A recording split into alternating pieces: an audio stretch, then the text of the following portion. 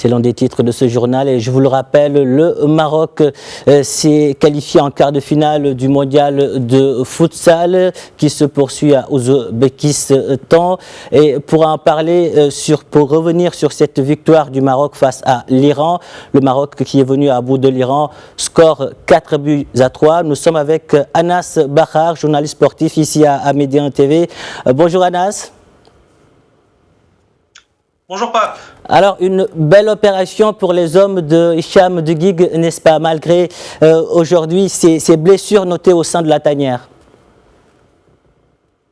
C'était déjà une frayeur avant ce match-là face à l'Iran. On avait perdu quelques joueurs sur blessure, ce qui faisait que Hicham Dougic n'avait pas un effectif peut-être assez intéressant, peut-être assez grand pour pouvoir réaliser les rotations. Et alors, on l'a senti de toute façon durant la rencontre que certains joueurs avaient du mal physiquement à tenir pendant tout le match. On parle notamment de Sofiane Chahraoui, vraiment un des artistes de cette équipe qui devait sortir en phase défensive parce que forcément, pour essayer de le ménager, pour lui permettre de récupérer un peu et ensuite utiliser ses capacités offensives lorsque le Maroc avait le ballon. Mais on sentait que ces blessures-là, Sofiane Bolit également est revenu de blessure. On sait justement, un joueur dont je n'ai plus le nom, qui n'est plus disponible jusqu'à la fin de la compétition. Mais et d'ailleurs, la sortie aussi du buteur, Khalid Bouzid, malheureusement sorti sur civière, ça fait quelques pépins physiques qui ne font pas plaisir à voir pour les supporters des Lions de l'Atlas, mais on a vu que le Maroc, de par sa manière de jouer, de par sa manière à contrôler le jeu, à gérer le tempo et à éviter de subir cette intensité que lui apportaient les Iraniens pendant cette rencontre et surtout au début de la première période. C'est là où les Iraniens ont directement concrétisé ce temps fort qu'ils ont eu en marquant le premier but. Mais derrière, le Maroc a bien su réagir, à avoir un bloc pas très bas, plutôt médian pour quand même essayer de contenir cette équipe-là et ne pas lui permettre de tenter sa chance de loin, parce que c'est aussi une des forces de cette équipe iranienne. On l'a vu pendant cette rencontre, c'est qu'ils n'hésitent pas à tenter leur chance de loin et forcément, ça peut apporter du danger dans la défense marocaine. Le Maroc qui rejoint les quarts de finale d'un mondial de futsal, c'est historique. Qu'est-ce qui est à l'origine de ce succès des Lions de l'Atlas?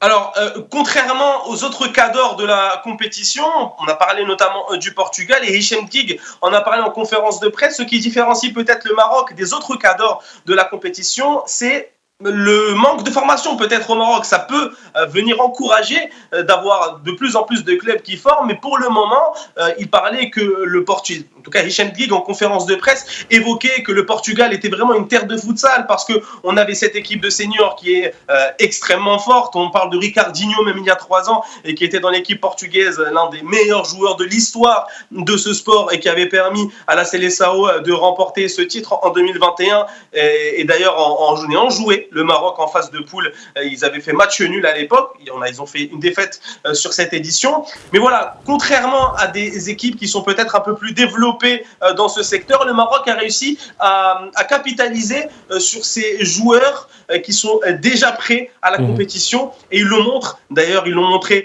lors de la Coupe d'Afrique des Nations en début d'année et ils l'ont montré maintenant dans cette Coupe du Monde en allant chercher des victoires face au Tadjikistan, au Panama en phase de poule, en proposant du beau jeu malgré la défaite 4-1 face au Portugal et aujourd'hui en gérant la rencontre comme il le fallait face à l'Iran. Prochain match, ce sera contre le Brésil, en gros morceau, n'est-ce pas, pour le Maroc?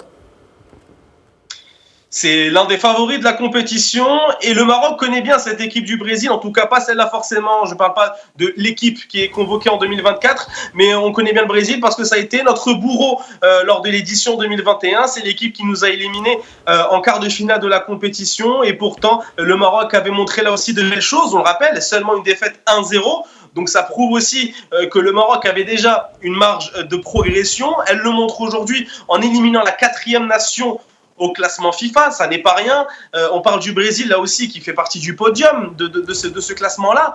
Et forcément, de se mesurer aux meilleures équipes du monde, on a parlé du Portugal, on a parlé de l'Iran, on parle du Brésil, ça peut donner encore plus de crédibilité, plus de confiance à cette équipe marocaine, parce que si on se dit qu'on a montré de belles choses face au Portugal et qu'on les a mis en difficulté malgré la défaite, qu'on est allé chercher une efficacité clinique face à l'Iran avec de superbes séquences de jeu, on parle notamment du quatrième but marqué, là aussi c'était magnifique par Alaïs El-Fenni sur une superbe combinaison entre le gardien et ensuite une remise de la tête pour le buteur. Derrière, jouer le Brésil, ça n'est que du bonus. Mais j'ai envie de dire, comme le Maroc à la Coupe du Monde 2022, ne pas aller chercher que du bonus, aller chercher la victoire et aller intégrer le dernier carré, ce qui serait le meilleur résultat pour le Maroc qui, on le rappelle, ne dispute les mondiaux de futsal que depuis 2012. Impossible n'est pas marocain, on va continuer d'y croire, Anas.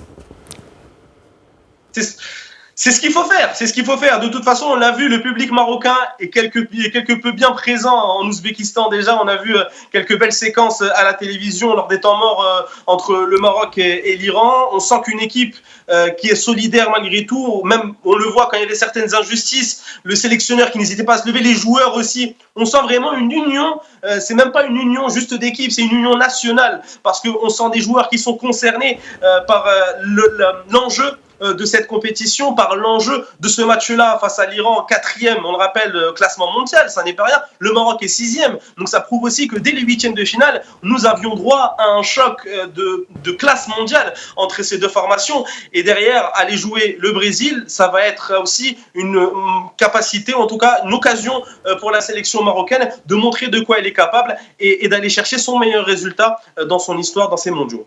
L'union fait la force et le Maroc est bien présent en Ouzbékistan où se poursuit cette Coupe du Monde de futsal. Merci Anas, merci pour toutes ces précisions. Merci d'avoir répondu à nos questions. Merci à vous.